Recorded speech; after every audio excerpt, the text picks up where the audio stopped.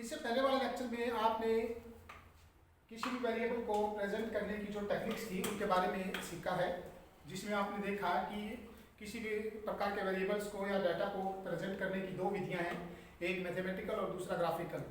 तो मैथमेटिकल जिसको अलजेब्रिक भी आप कह सकते हो, जिसमें बहुत सारे फार्मूला जो हैं आपके यूज किए जाते हैं और उनके द्वारा हम जो आपके वेरिएबल्स हैं, जो आपके डाटा है, उसको प्रेजेंट करते हैं। पर उसको समझने के लिए हमें एक मैथमेटिकल नॉलेज की जरूरत पड़ती है, जबकि जो दूसरी टेक्निक आपकी है ग्राफिकल प्रेजेंटेशन, उसमें हमें ज़्यादा मैथमेटिकल नॉलेज की जरूरत नहीं है या मैथ की नॉलेज की जरूरत नहीं पड़ती उसके अंदर, और उसको आसानी से समझा जा सकता है। तो हिस्टोग्राम भी ग्राफिकल प्रेजेंटेशन का एक टाइप है, जिसमें आप किसी भी वेरिएबल्स को, जो वेरिएबल्स आपके होते हैं या जो डाटा आपके पास है या ऑब्जर्वेशन जितनी भी आपके पास है, उन ऑब्जर्वेशन को with the help of diagrams, bar diagrams आप प्रेजेंट करते हो इन ग्राफ पेपर पर। ठीक है, तो आगे हम इसमें चलते हैं कि हिस्टोग्राम असल में है क्या। हिस्टोग्राम एक क्या है, ग्राफिंग टूल है, एक पॉपुलर ग्राफिंग टूल है, जिसके द्वारा हम क्या करते हैं, लार्ज डाटा सेट्स को रिप्रेजेंट करते हैं और उस लार्ज डाटा सेट्स की एक अप्रोक्सीमेट रिप्रेजेंटेशन होती है। असल में हिस्टोग्राम के द्वारा हम क्या करते हैं, जो आपके न्यूमेरिकल डाटा होते हैं, आपके क्वांटिटेटिव जो डाटा होते हैं या जो आपके कंटिन्यूस सीरीज जो होती हैं, उनको रिप्रेजेंट करने की, उनकी फ्रीक्वेंसी के डिस्ट्रीब्यूशन को रिप्रेजेंट करने की एक अप्रोक्सीमेट मेथड इसको हम कह सकते हैं, एक यूजफुल इंपॉर्टेंस मेथड इसको हम कह सकते हैं। और दूसरा हम कह सकते हैं कि एक ऐसी टेक्निक है जिसके द्वारा हम क्या करते हैं, जो लार्ज डाटा सेट्स आपके हैं, यहाँ पर एग्जांपल के तौर पर हम कह सकते हैं अब वो 100 ऑब्जर्वेशन आपके पास हैं, तो हम कह सकते हैं ग्रेटर देन अगर 100 ऑब्जर्वेशन आपके पास है, तो तब ये एक ऐसी टेक्निक है जिसमें हम उस लार्ज डाटा सेट्स को समराइज कर सकते हैं। ठीक है, तो हिस्टोग्राम में आप कुछ जो डेफिनेशन है आप यहाँ पर डाल सकते हो। तो इसकी जो हिस्ट्री की बात हम करें, तो हिस्ट्री में हम कहेंगे कि 1786 ईस्वी में विलियम प्लेफेयर एक ऐसे विद्वान रहे जिन्होंने सबसे पहले हिस्टोग्राम के बारे में जिक्र किया, उन्होंने इसका यूज किया। हाँ, उन्होंने जो उनका कमर्शियल और जो पॉलिटिकल जो एटलस था, जो कि इकोनॉमिक्स के अंदर वर्क करते हुए उन्होंने तैयार किया था, उसके अंदर हिस्टोग्राम का जिक्र करते हुए उन्होंने सबसे पहली बार लाइन चार्ट, बार चार्ट या हिस्टोग्राम का जो कंस्ट्रक्शन था इन्वेंटेड थी जो, उसका उन्होंने मेंशन किया। और उसके आधार पर हम कह सकते हैं कि फादर ऑफ जो हिस्टोग्राम आपके रहेंगे विलियम प्लेफेयर रहेंगे। पर इसके बाद जो दुनिया के सामने इसको लेके आए वो थे कार्ल पियर्सन। कार्ल पियर्सन का आपने पहले भी जिक्र सुना होगा कि जैसे कोएलिशन में इन्होंने अपना जो योगदान दिया है उस कंट्रीब्यूशन को भी आप जानते होंगे। पर जब हम कार्ल पियर्सन का पूरा लेक्चर करेंगे तो उसमें हम देखेंगे कि असल में हिस्टोग्राम के अंदर कार्ल पियर्सन कैसे बीन्स को यूज करते हुए उन्होंने वहां पर उसको प्रेजेंट किया था और उस टेक्निक को दुनिया के सामने लेके आए थे।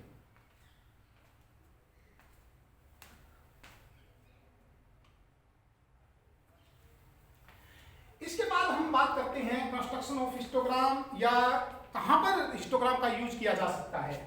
तो सबसे पहले हम, जैसे कि इसकी डेफिनेशन में भी क्लियर ये बात हम कर चुके थे कि जो हिस्टोग्राम है उसका यूज तभी किया जाता है जब ऑब्जर्वेशन हमारे पास ग्रेटर देन 100 हो, तो तब हम हिस्टोग्राम का यूज करते हैं। और हिस्टोग्राम दूसरा क्या करता है कि कंस्ट्रक्शन के दौरान सबसे पहली यही हमारी चीज रहेगी कि अगर हमारे पास जो ऑब्जर्वेशन है वो ग्रेटर देन 100 है, तभी हम इसका यूज करने की कोशिश करते हैं और तभी इसकी जो रिजल्ट है वो अच्छे आते हैं।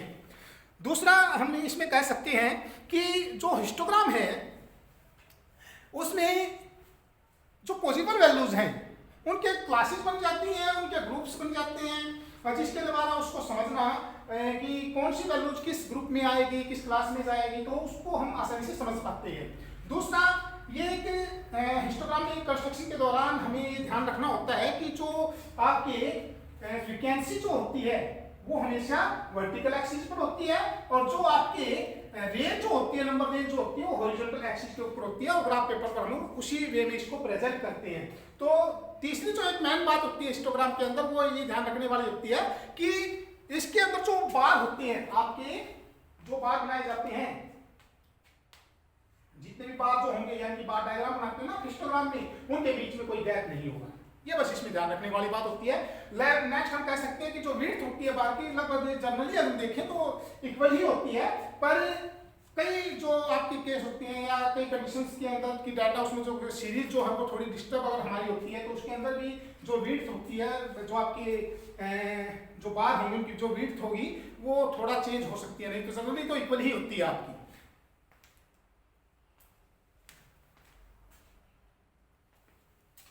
नेक्स्ट हम करते हैं टाइप्स ऑफ हिस्टोग्राम। यहाँ पर हम जो हिस्टोग्राम है उसकी 6 टाइप हम यहाँ पर बता रहे हैं आपको कि हिस्टोग्राम की 6 टाइप्स होती हैं, जैसे यूनिमोडल हिस्टोग्राम, आपका bimodal histogram, multimodal histogram, uniform histogram, और जो नेक्स्ट आपका हम बता रहे हैं वो 5वीं टाइप है। वैसे तो स्क्यूड हिस्टोग्राम इसको बोलते हैं, पर उसकी 2 टाइप्स आपकी हो जाती है, एक तो आपकी राइट हिस्टोग्राम और एक आपकी स्क्यूड लेफ्ट हिस्टोग्राम। तो ये 6 टाइप आपकी हिस्टोग्राम की होती है। नेक्स्ट जो स्लाइड रहेगी हमारी उसके अंदर हम इनकी जो पिक्चर है और कैसे इनको कंस्ट्रक्ट किया जाता है, कैसे इसको पहचाना जाता है, पहचान कर आप आसानी से इसको देख समझ पाओगे। तो ये हमारा जो नेक्स्ट स्लाइड है इसमें आप आसानी से देख रहे होंगे कि जो हिस्टोग्राम होता है, जैसे यूनिमोडल हिस्टोग्राम अगर हम बात कर रहे हैं तो यूनिमोडल हिस्टोग्राम आपका कैसा है, जिसमें आपकी एक पिक बन रही है जिसमें आपका नॉर्मल डिस्ट्रीब्यूशन नजर आ रहा है। इसको हम बेल शेप हिस्टोग्राम भी कहते हैं। जो फर्स्ट आपकी स्लाइड है मैं यहाँ पर दिखाने ये बता रहा हूँ आपको कि जो ये आपकी जो फर्स्ट पिक्चर आपको नजर आ रही है इसमें आपको ये एक नॉर्मल डिस्ट्रीब्यूशन नजर आ रहा है। इसको सिमेट्रिक हिस्टोग्राम भी कह सकते हैं क्योंकि सिमेट्रिक में इसमें चल रहा है। एक ही पिक इसमें नजर आ रही है, पर एक जो उल्टी घंटी जो है उस घंटी की तरह नजर आ रही है, इसमें हम बेल शेप हिस्टोग्राम भी कहते हैं। दूसरा आपका बाइमोडल हिस्टोग्राम, इसमें आपका क्या होता है कि जो 2 पिक आपको नजर आएंगी, जैसे आपका एक बार डाटा जो है ऊपर की अप हुआ और उसके बाद एक पिक पर जाने के बाद फिर डाउन हो गया, फिर अप हुआ, एक पिक पे जाने के बाद दूसरी बार फिर डाउन हो रहा है। तो इस तरह से जिसमें 2 पिक आपको नजर आ रही है उसको हम बाइमोडल हिस्टोग्राम कहते हैं। 2 डिफरेंट ग्रुप इसमें तैयार हो रहे हैं। तीसरा जो हिस्टोग्राम हम बात कर रहे हैं वो है मल्टीमोडल हिस्टोग्राम, जिसमें 2 से ज्यादा पिक आपकी यहाँ पर तैयार होती है, उसको मल्टीमोडल हिस्टोग्राम कहते हैं, जिसमें आपके 3 क्लासेज या ग्रुप इसमें तैयार हो रहे हैं डाटा के। नेक्स्ट आपका जो है चौथा जो आपका कह सकते हैं फोर्थ में यूनिफॉर्म हिस्टोग्राम, जिसमें जो ज्यादा डिफरेंसेस नहीं होते वेरिएबल्स के अंदर और एक तरह से प्रकार की तरह इसको प्लेटिव हिस्टोग्राम भी हम बोल देते हैं कि प्लेटिव की तरह ही हमें नजर आता है ऊपर से। नेक्स्ट जो आपका है स्क्यूड हिस्टोग्राम। स्क्यूड में एक आपका रहेगा राइट स्क्यूड हिस्टोग्राम, यानी कि राइट की तरफ देखेंगे तो वैल्यू जो है स्क्यूड रहेगी और जो लेफ्ट की तरफ बढ़ती चली जाएगी। ऐसे ही जो आपका लेफ्ट स्क्यूड हिस्टोग्राम है, लेफ्ट की तरफ वैल्यू जो है स्क्यूड रहेगी और राइट की तरफ ये वैल्यू बढ़ती चली जाएगी। इस तरह से आपकी 6 जो हिस्टोग्राम जो टाइप्स मैंने बताई है यहाँ पर 6 की 6 टाइप्स है, बड़ी इंपॉर्टेंस है। तो अलग अलग जो वेरिएबल्स है उन वेरिएबल्स के लिए 6 टाइप्स आपकी तैयार होती है। नेक्स्ट इसमें एक और चीज हम बताना चाहेंगे, जैसे इन के अंदर आपने देखा कि जो डाटा है कंटिन्यूस सीरीज में चल रहा था, एक तरह से कोई गैप नहीं था, 5 से 10, 10 से 15 इस तरह से आगे आगे ये बढ़ रही थी। पर कई बार क्या होता है कंटिन्यूस सीरीज के अंदर ज्यादातर कि 5 का गैप वैल्यूज के अंदर मिलता है हमें, 5 से 10, 10 से 15, 15 से 20, 20 से 25, 25 से 30, 30 से 35, 35 से 40, 40 से 45, 45 से 50 ये आपको मिलता है। पर कई बार क्या होता है कि फर्स्ट वाली वैल्यू आपको नहीं मिलती यार, यहां से हो सकता है कि 0 से 10 तक आपके पास वैल्यू है ही नहीं। वैसे तो इसको आप 5 से स्टार्ट कर सकते थे, पर मैं यहाँ पर किंग आपको दिखाने के लिए थोड़ा सा बताना चाहता हूँ कि ये हो सकता था कि 0 से 10 तक वैल्यू नहीं है और 10 से 15 ही स्टार्ट होता है। तो आपका जब क्या होता है, ये यहाँ से चलता हुआ ऐसे यहाँ तक आ जाता है, ये बार होता ही नहीं। तो इस वैल्यू को हम क्या बोलते हैं, किंग, कि जहां पर वैल्यू मिस हो तो उसको हम क्या बोल देते हैं, किंग। तो जो किंग की हम बात कर रहे हैं इसका क्या इंपॉर्टेंस है, कब ये यूज होता है, कैसे बनाया जाता है, तो इसको हम जो लेक्चर इस किंग के ऊपर हमारा तैयार होगा तो उस लेक्चर के अंदर इसको बताएंगे कि कैसे किंग का जो यूज है, कैसे क्या यूज इसका किंग का हमारे स्टडी के अंदर होता है। नेक्स्ट में आप देख रहे हैं बेनिफिट्स ऑफ हिस्टोग्राम। हिस्टोग्राम के बेनिफिट्स की अगर हम बात करें या एक तरह से कहेंगे क्या इंपॉर्टेंस है इसकी, क्यों हम इसको यूज करते हैं, तो जरूरी है कि हम सभी जो पॉइंट्स हमने दिए हैं उनको हम समझें अच्छे से। तो पहला जो है कि जो लार्ज डाटा सेट्स होता है आपका, वो लार्ज डाटा सेट्स को ये समराइज कर देता है, जिसके कारण हम इसको यूज करते हैं। नेक्स्ट इसका जो है कि जो लार्ज डाटा सेट्स है उसकी ग्राफिक रिप्रेजेंटेशन है, इसलिए हम इसको यूज करते हैं, इसलिए इसकी इंपॉर्टेंस बनी रहती है और एक ग्राफिक रिप्रेजेंटेशन के कारण इसको आसानी से लार्ज डाटा सेट्स को हम समझ सकते हैं। नेक्स्ट जो है जो बहुत सारे वेरिएबल्स हैं, यानी कि 2 या 2 से अधिक जो वेरिएबल्स हैं उनके बीच में जो कंपैरिजन करना है उसको हम इजीली कर सकते हैं with the help of histogram, तो इसलिए भी इसकी जरूरत हमें पड़ती है।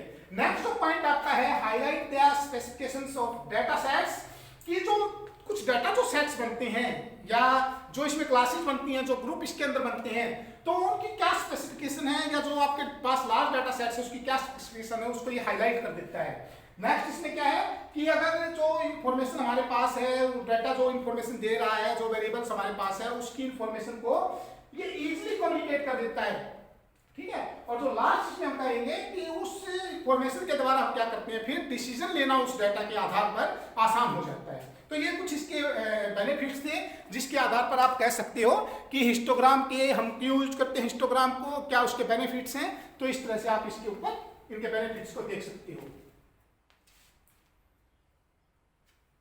तो इस तरह से जो हिस्टोग्राम था वो आपका मैन इसमें रहा है। इसके बाद जो इसकी ग्राफिकल प्रेजेंटेशन की जो आपकी 3 टाइप्स और रहती हैं, तो उसको आप नेक्स्ट जो भी लेक्चर रहेंगे उनके अंदर आप देखेंगे। और इससे नेक्स्ट जो लेक्चर रहेगा उसमें आप शायद किंक के बारे में आप इसमें देखेंगे, तो किंक को भी आसानी से समझ पाएंगे। ओके।